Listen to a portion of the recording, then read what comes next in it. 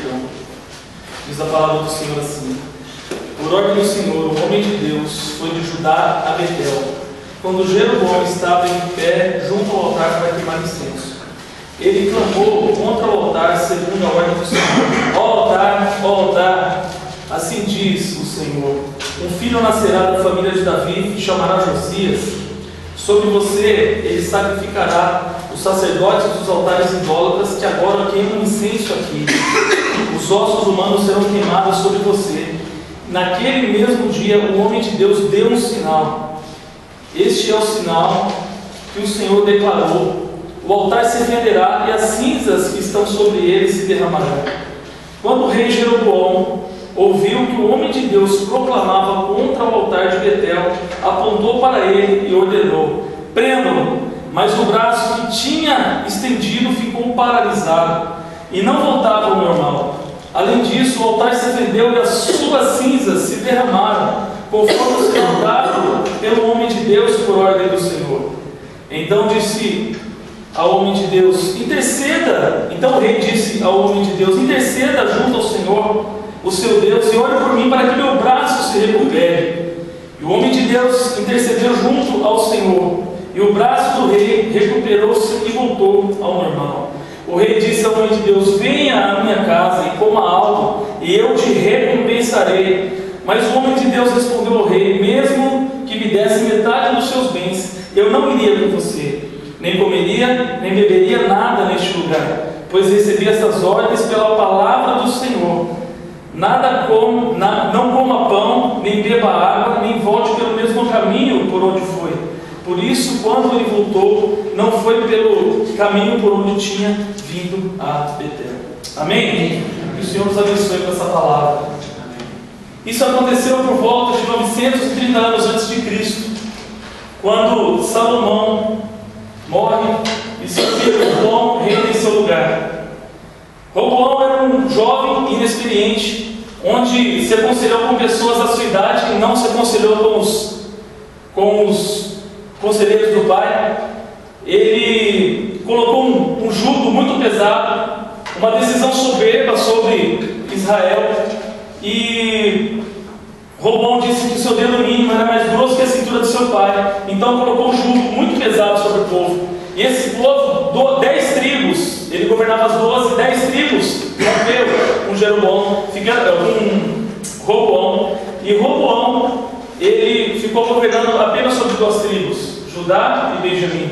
E as outras tribos levantou Jeroboão como rei. Mas Jeroboão era uma pessoa idólatra, uma pessoa muito astuta, uma pessoa do mal. E Jeroboão, com medo do reino voltar novamente para a dinastia de Davi, o que ele começa? Ele faz toda uma estratégia, um programa político religioso, digamos assim. Astutamente fez 2 bezerros de ouro, um em Dan e um em Betel, construiu altares e excedeu ao ponto de criar um sacerdócio rival de Jerusalém.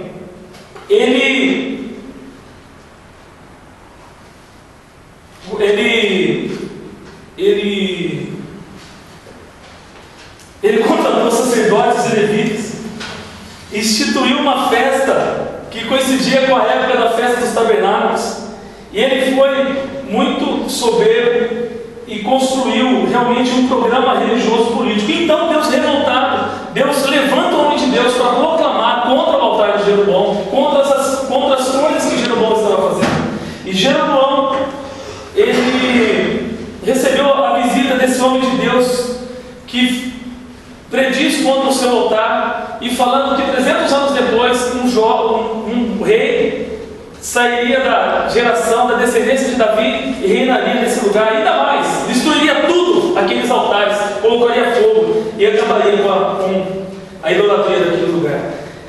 Um homem de Deus nos últimos dias, trazendo para hoje um homem de Deus nos últimos dias, quero destacar com você aqui 3 pontos. O homem de Deus nos dias de hoje, a primeira coisa, é usado por Deus. O homem de Deus é usado para condenar a idolatria, que hoje tanto se difunde. O homem de Deus é dirigido por Deus, é usado por Deus para profetizar para profetizar coisas futuras.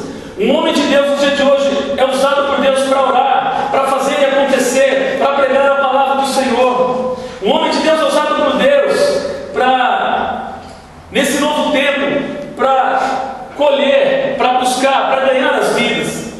Como o Robson disse, nos cultos nossos tem muita gente hoje se entregando ao Senhor. E eu e você, homens de Deus, nós temos que nos deixar ser usados pelo Senhor e pregar a palavra. Ser usado por Deus ao ponto de estar apto, de estar disponível. 2 Timóteo 2,15 diz: procure apresentar-se a Deus como obreiro aprovado, que não tem do que se envergonhar, que maneja bem a palavra da verdade. Então, homem de Deus, primeiro ponto, precisa se deixar usar por Deus. Um homem de Deus nos dias de hoje é usado por Deus. Amém? Amém. Segundo ponto, o homem de Deus nos dias de hoje não se vende. Diga, não se vende.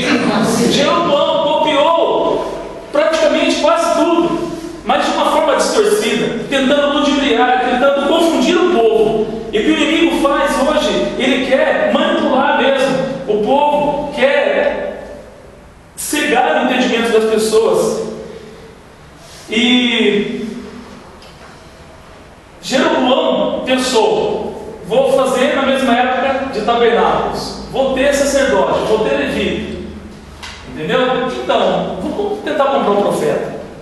E na verdade ele chega no versículo 7, ele fala que ele oferece: o rei disse ao homem de Deus: vem à minha casa, coma algo e eu te recompensarei. Então o homem de Deus nos dias de hoje não se vende, não pode se vender. Eu e você, homens de Deus, em nome de Jesus, nós não podemos nos vender. Hoje é época de eleições, e tantos políticos querem os púlpitos das igrejas, tantos políticos aproveitam congressos, cultos para poder se eleger. Silmar estava em São Paulo, e Silmar no congresso, chegou uma menina lá, que sem candidata, eu nunca vi a Silmar, abraçou, beijou ela, oi, tudo bem, querido, tal.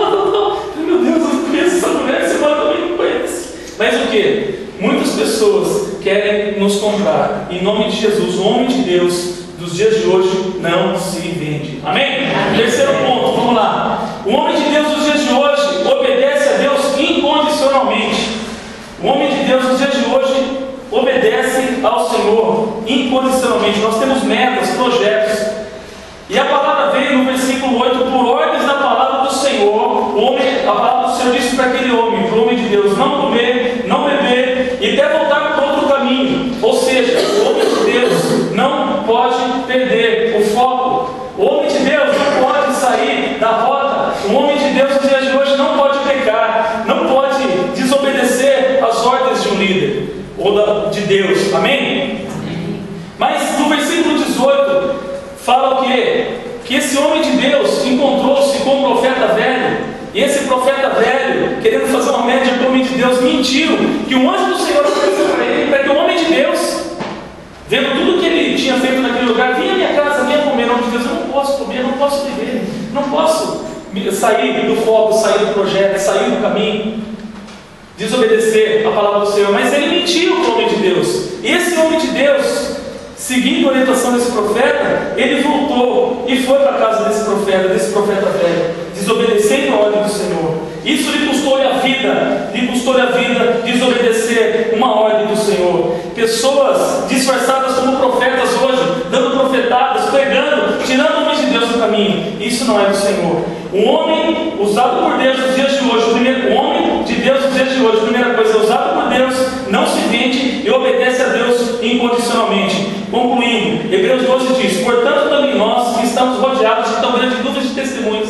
deixamos todo embaraço, todo pecado que tão de perto nos assedia, e corramos a carreira que nos está proposta, fitando os olhos de Jesus, autor e consumador da nossa fé. Amém? Amém.